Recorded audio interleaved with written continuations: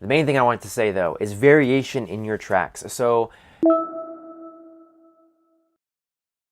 a lot of producers struggle with getting variations in their tracks. So I have a very quick tip that could be applied to any track that you're working on that could work really well for adding variation.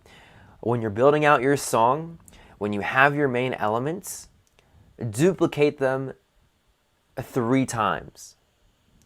Duplicate the patterns 3 times.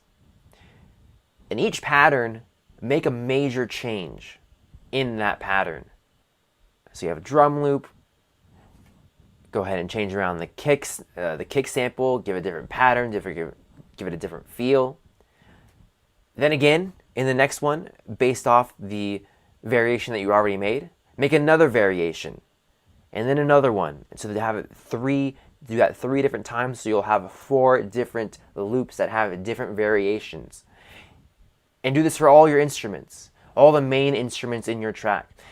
Doing this will really just arm you with a bunch of different variations that you can plug in and mix and match and really see what works well, and you not have to really just rack your brain to find creativity. Breaking it down piece by piece, not concentrating on so much, oh, I need to have more variation in the track. Just having those different loops ready to go to plug in and then fine tune. Let's say, you mix the variation 3 of the drums with the variation 1 of the synth that you have, and then you can work together and change those and morph those into something that fits a little bit better with your tracks. I don't think you're just going to you're going to make one variation and then match it with another one and it's going to automatically sync up. It could, of course, but more work will need to be done. This just really helps generate the ideas quickly and not have you get stuck in that creative rut that happens to a lot of producers as well.